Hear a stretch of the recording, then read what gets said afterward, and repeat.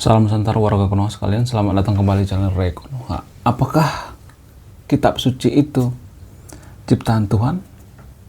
Kalau misalnya ada yang mengatakan bahwa kitab suci itu ciptaan Tuhan, lalu ya, yang jadi pertanyaan, kenapa datanya bisa salah? Kenapa datanya bisa salah? Apakah Tuhan bisa silap atau salah? Apa data yang salah di kitab suci? Jadi dalam agama tertentu di Konoha, ya, ada data-data yang salah di kitab sucinya. Apa itu? Contoh misalnya, dalam kitab suci agama tertentu di Konoha dikatakan bahwa bumi itu datar. Bayangkan coba, bumi datar, bukan bulat. Nah, yang jadi pertanyaan,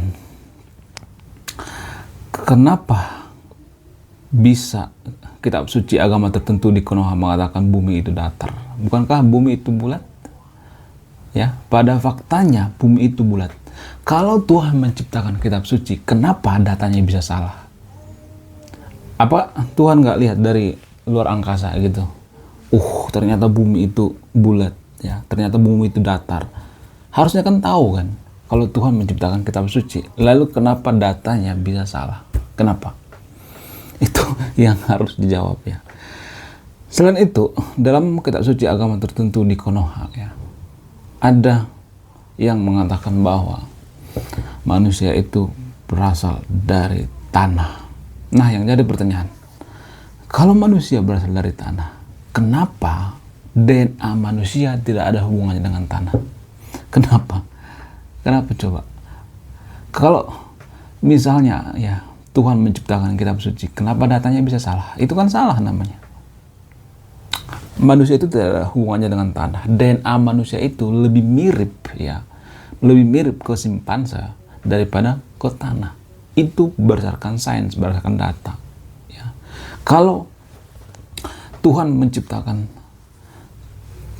kitab suci, lalu yang jadi pertanyaan, kenapa dalam kitab suci agama tertentu di Konoha itu ada kisah-kisah perang, ya, kisah-kisah perang, terus cerita-cerita perang? Apakah Tuhan seiseng itu? Apakah Tuhan sepsikopat itu? Apakah Tuhan sengaja mengisahkan perang-perang di kitab suci itu? Biar apa coba? Biar umatnya ribut gitu, biar saling berantem gitu, ya, biar saling persekusi rumah ibadah gitu, biar konflik gitu.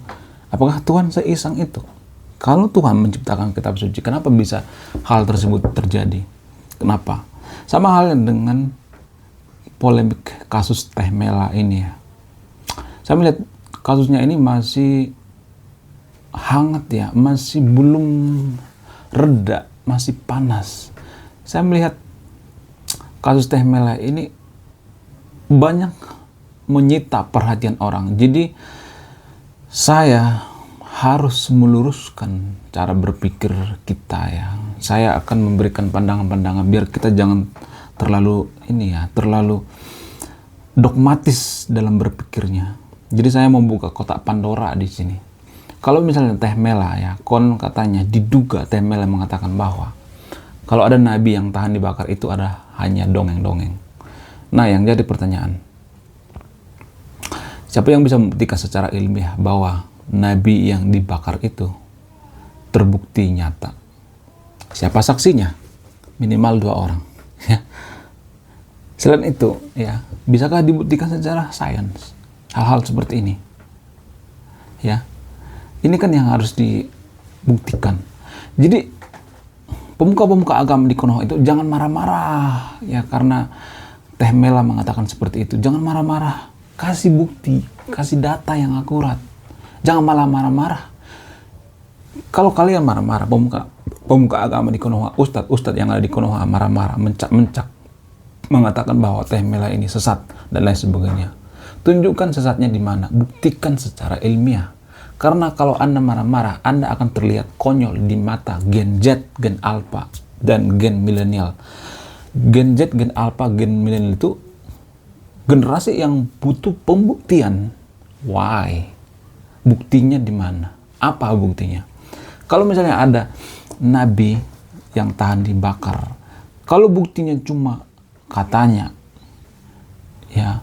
hanya di kitab suci misalnya, katanya, dan katanya, maka ini kan tidak terbukti secara sains. Katanya itu sama dengan klaim sepihak, opini pribadi. Kalau misalnya ada tertulis ya di kitab suci agama tertentu di Konoha, itu kan klaim sepihak, opini pribadi, bukan pembuktian ilmiah. Yang kita tagih itu ya dari pemuka-pemuka agama di Konoha itu ya, bukan marah-marah, tapi pembuktian. Buktikan kalau benar itu terbukti secara ilmiah, bisa dibuktikan secara sains. Hanya itu doang. Jadi nggak usah marah-marah deh ya, nggak usah tantrum ya pemuka agama di Konoha. Apa kalian takut priuk kalian itu direbut sama Teh Mela? Apa kalian takut kehilangan job? Atau apa kalian sengaja ya hidup dari kebodohan warga Konoha? Jadi kalau misalnya nih ada nabi tahan bakar, terus diduga Teh Mela mengatakan itu hanya dongeng, nggak bisa dibuktikan secara ilmiah. Kalau tidak bisa dibuktikan secara ilmiah, apakah itu namanya bukan dongeng? Silahkan disebutkan sendiri. Saya tidak akan memberikan kesimpulan ya. Saya tidak akan memberikan kesimpulan. Anda yang akan menarik kesimpulan. Jadi pada intinya, kenapa banyak warga Konoha itu benci ya menghujat Teh Mela? Padahal Teh Mela itu sebenarnya kan bahas dari segi ilmiah, sains. Alasan yang paling masuk akal itu adalah karena banyak warga Konoha berpikir bahwa kitab suci itu kedebuk dari langit, diciptakan oleh Tuhan. Padahal tidak sesimpel itu. Tidak sesimpel itu, Ferguson ya. Tidak sesimpel itu. Selain itu, kenapa di Konoha banyak orang yang percaya dongeng? Ya. Kalau misalnya kita bergeser sedikit ya. Di Konoha kan banyak cerita-cerita dongeng ya. Cerita-cerita si kancil ya. Terus cerita-cerita bangun Borobudur ya. 2 hari 3 malam menggunakan tongkat ya, tongkat ajaib. Ada banyak kan seperti itu dongeng-dongeng di Konoha ya. Kenapa warga Konoha itu banyak percaya yang namanya dongeng? Apa alasannya? Salah satu alasan yang paling masuk akal itu adalah karena kita masih percaya yang namanya logika mistika.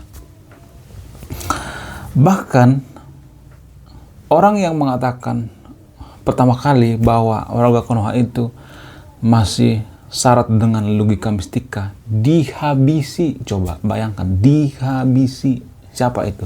Tan Malaka. Dihabisi oleh saudara sebangsanya sendiri. Karena apa? Karena Tan Malaka ini berpikir logis, mengatakan bahwa kalau kita maju, kita tidak bisa berpikir logika mistika ya. Salah satu perbedaan yang paling signifikan antara orang Eropa dengan orang-orang Indonesia itu, menurut penelitian, salah satu yang paling signifikan itu adalah orang Indonesia itu terlalu percaya hal-hal yang berbau logika mistika, berbau mistis, berbau tahayul. Sementara orang-orang Eropa itu tidak terlalu percaya yang namanya tahayul, mistis, dan lain sebagainya. Itu perbedaannya. Ya, orang-orang Eropa itu cenderung berpikir rasional, tidak berpikir mistis. Kalau kapasitas otak kita itu sebenarnya nggak jauh beda dengan kapasitas otak orang-orang Eropa. Kecerdasannya nggak terlalu jauh beda. Perbedaan yang paling signifikan itu adalah logika mistika. Nah, yang jadi permasalahan adalah logika mistika ini diperparah oleh adanya agama yang ada di Konoha. Terutama agama Samawi. Suka tidak suka, ya. Agama Samawi itu ada logika mistikanya. Karena apa? Karena dalam agama Samawi itu kan kita harus mengimani. Ya, kalau misalnya nih ada contoh, kita mengimani bahwa ada nabi membelah lautan, walaupun pada faktanya itu karena fenomena alam, karena tsunami, bukan karena benar-benar pure membelah lautan. Jadi kita harus mengimani itu. Ini kan bagian daripada logika mistika ya, kalau nggak salah. Ya. Jadi selain itu ada lagi, apalagi ruqyah misalnya, perdukunan, Santet juga sangat digemari di Konoha. Bahkan ya ada ada habaib di Konoha yang bisa katanya memadamkan api neraka, tapi dipercaya coba.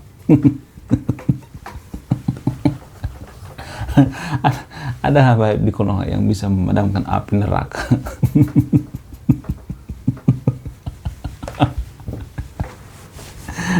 Luar biasa. Tapi banyak warga Konoha mengimani itu. Cukup imani saja, nggak usah dipertanyakan. Dan itu ada banyak juga warga Konoha yang percaya bahwa habaib di Konoha itu bisa terbang bolak-balik surga. Bayangkan.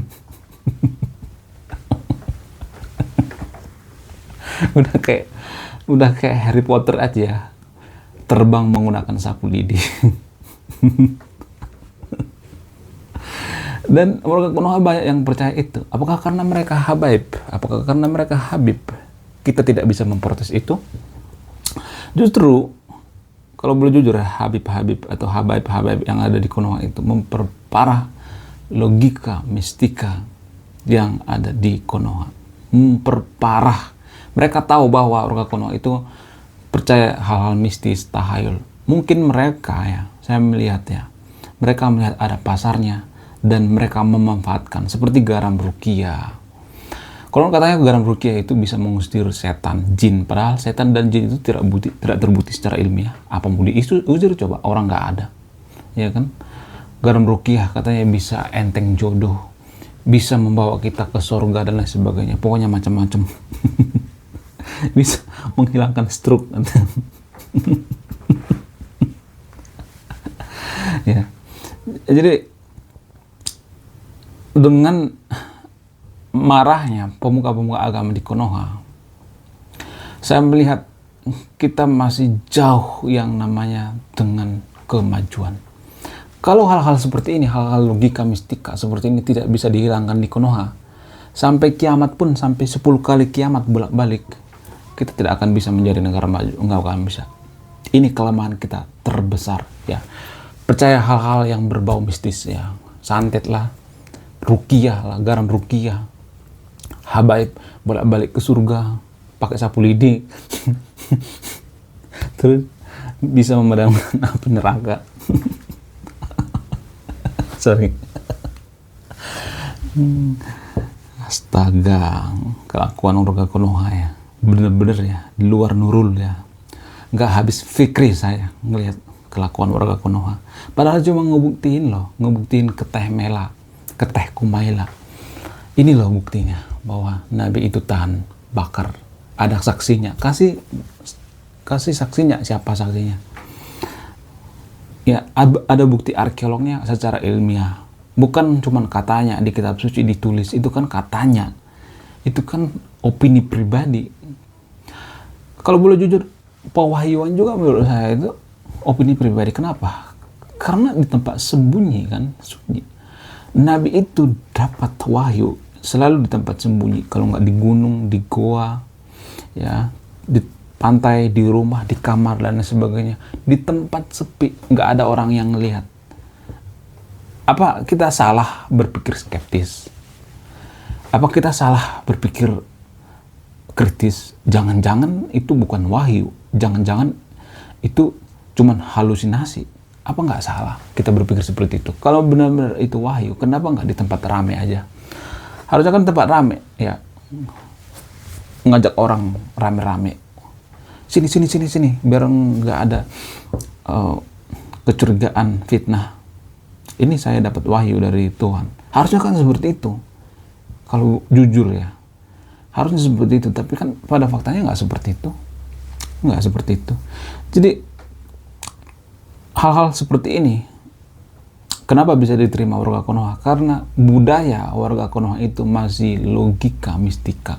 Jadi salah satu alasan yang paling masuk akal, alasan yang paling kuat kenapa agama Samawa itu subur di Konoha, karena agama Samawa itu sebenarnya mengandung mistis, logika mistika, dan subur di Konoha. Karena apa? Karena di Konoha juga culture-nya seperti itu, budayanya seperti itu. Kita sangat suka yang berbau horor. Bahkan film yang paling banyak ditonton sepanjang masa di Konoha itu adalah film KKN Desa Penari. Ya, itu salah satu bukti bahwa warga Konoha itu sangat suka yang namanya yang berbau horor, logika, mistika. Jadi di Konoha itu ya, kalau ada orang yang berpikir logis, maka akan dimusuhi. Ya, kalau ada orang yang berpikir jujur, maka akan dimusuhi. Ya seperti ini. Dia kan nggak menista agama, dia hanya meminta pembuktian. Buktinya mana kalau ada nabi tahan dibakar? Buktinya mana? Saksinya siapa? Bukti otentiknya mana? Itu kan yang diminta sama Teh Kumaila. Bukan yang aneh-aneh, bukan yang lain-lain, bukan malah ngata-ngatain Teh Mela, bukan malah marah-marah. Kalau ustadz di Konoha itu marah-marah, Anda itu akan terlihat konyol di mata gen Z, gen alpha. Karena gen Z sama gen alpha itu butuh pembuktian. Buktinya mana? Harusnya kan seperti itu. Harusnya kita berpikirnya lurus loh, standar, jangan terlalu berpihak. Selain itu, kenapa pemuka-pemuka agama di Konoha banyak tidak suka dengan Teh Mela atau Teh Kumaila ini? Salah satu alasan yang paling masuk akal itu ya, karena masyarakat Konoha itu mayoritas, tidak semua tapi ya, mayoritas masih percaya bahwa agama itu adalah ciptaan Tuhan. Padahal pada faktanya, menurut antropologi, agama itu ciptaan manusia. Apa buktinya? Kalau Tuhan menciptakan agama, tidak mungkin di kitab suci agama-agama tertentu di Konoha datanya salah. Seperti saya katakan tadi itu, ya, manusia berasal dari tanah, datanya salah. Bumi datar, datanya salah. Apalagi ada kisah-kisah perang di kitab suci agama di Konoha. Kalau Tuhan menciptakan agama dan kitab suci, mana mungkin Tuhan menciptakan kisah-kisah perang, menuliskan kisah-kisah perang? Buat apa? Biar mereka ribut, biar umatnya ribut. Gak mungkin Tuhan seiseng itu. Jadi itu bukti kuat bahwa ya, agama itu bukan diciptakan Tuhan. Kalau Tuhan menciptakan kalau Tuhan menciptakan agama apa yang diciptakan oleh Tuhan? Ada sekitar 4.000 lebih agama di dunia ini. Agama yang mana yang diciptakan Tuhan? Agama apa yang diciptakan Tuhan? Kalau misalnya ada yang mengatakan cuma agama saya yang diciptakan Tuhan, agama lain sesat. Masa Tuhan pilih kasih dengan agama yang lain? Kalau Tuhan itu pilih kasih berarti dia bukan Tuhan. Tuhannya dipertanyakan. Tidak ada Tuhan yang pilih kasih. Kalaupun Tuhan itu ada, Tuhan tidak pilih kasih. Ya, Tuhan tidak hanya menciptakan agama tertentu, terus agama lain yang nggak diciptakan. Nggak mungkin Tuhan menciptakan agama. Karena apa? Karena Tuhan tidak beragama. Manusialah yang beragama. Tuhan tidak beragama. Kalau Tuhan punya agama, apa coba agamanya? Saya juga mau ngikut. Nggak ada. Tuhan itu tidak beragama. Manusialah yang menciptakan agama, bukan Tuhan yang menciptakan agama. Jadi kalau boleh jujur lagi ya, ini saya bongkar lagi ya. Karena kepalang sudah bahas yang berbau logika mistika ya. Saya bongkar lagi nih. Ada banyak kemiripan antara agama Mesopotamia kuno dengan agama Samawi. Seperti agama mayoritas di Konoha, agama Kristen, agama Yahudi, ada banyak kemiripan. Nanti akan saya tampilkan datanya di sini ya. Apa itu kemiripannya? Seperti epos Gilgamesh. Epos Gilgamesh dalam agama Mesopotamia kuno itu sama dengan Nabi Nuh. Kisahnya sama, namanya yang diganti. Nah, yang jadi pertanyaan, siapa yang copy paste? Apakah Mesopotamia kuno apa agama Samawi? Pada faktanya, agama Mesopotamia kuno itu sudah ada 2100 sebelum Masehi menurut data. Sebelum agama Yahudi lahir, sebelum agama Kristen, sebelum agama mayoritas di Konoha lahir. Ya. Ada banyak kemiripan, tidak hanya dengan Mesopotamia kuno, apalagi dengan mitologi Sumeria. Sumeria ada banyak kemiripan. Dengan apa? Dengan agama Samawi. Ada banyak kemiripan dengan agama mayoritas di Konoha. Ya, nanti cek sendiri datanya. Saya akan tampilkan data di sini. Selain itu, apalagi agama Zoroaster sangat banyak kemiripan dengan agama yang ada di Konoha, agama mayoritas di Konoha. Apa itu? Tentang Tuhan yang Maha Esa, monoteisme. Monoteisme itu yang pertama menggaungkan monoteisme itu Zoroaster, bukan agama samawi, bukan. Jadi orang-orang yang berlebihan dalam beragama itu, mereka tidak akan menerima fakta seperti ini, fakta fahid seperti ini. Mereka menganggap bahwa agama yang paling benar. Jadi kalau boleh jujur ya, kenapa kita bisa fanatik berlebihan dalam beragama? Karena kita kurang baca sebenarnya. Kalau kita banyak baca, banyak mendapatkan referensi, sumber, maka kita tidak akan sefanatik itu sebenarnya. Justru karena kita terlalu fanatik dalam beragama itu, ya itu akan menjadikan konflik, dan itu buah atau produk dari kemalasan kita dalam membaca. Baca deh datanya. Tapi kalau saya memberikan data di sini, 99% orang tidak akan mau membaca. Enggak. Karena budaya kita itu bukan budaya membaca. Budaya kita itu adalah budaya menonton. Budaya Konoha itu adalah budaya menonton, bukan budaya membaca. Karena apa? Karena media cetak, ya, mesin cetak itu lebih terlambat ya daripada media televisi datang ke Konoha. Jadi duluan media televisi baru media cetak. Kalau di Eropa kan media cetak dulu baru media televisi. Jadi budaya mereka membaca sudah terbentuk baru budaya menonton. Tapi kita kebalik. Kita budaya menonton dulu baru budaya membaca. Jadi budaya kita sebenarnya budaya menonton. Makanya saya bikin channel ini karena saya berpikir ya orang di Konoha itu tidak suka membaca. Jadi saya akan membantu mereka ya membacakan tentang kisah-kisah persamaan antara agama Mesopotamia kuno dengan agama Samawi. Ada banyak kemiripan.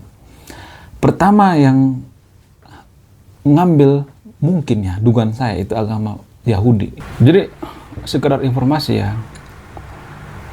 ternyata ya di Konoha itu agama Samawi ini memperparah logika mistika. Karena apa? Karena makin sama, makin mirip ya. Agama Samawi ini makin memperparah logika mistika yang ada di Konoha. Lalu yang jadi pertanyaan, apakah kita bisa percaya tanpa skeptis? Apakah kita percaya dengan cukup mengimani saja? Itu keputusan Anda. Saya tidak akan memberikan kesimpulan ya. Tetap Anda simpulkan. Walaupun misalnya saya mengatakan data di sini ya, tetap skeptis dengan data saya. Cari kebenaran yang sebenarnya. Jangan berpikir bahwa saya mengatakan data ini langsung ditelan bulat-bulat ya. Langsung cek dan recheck datanya.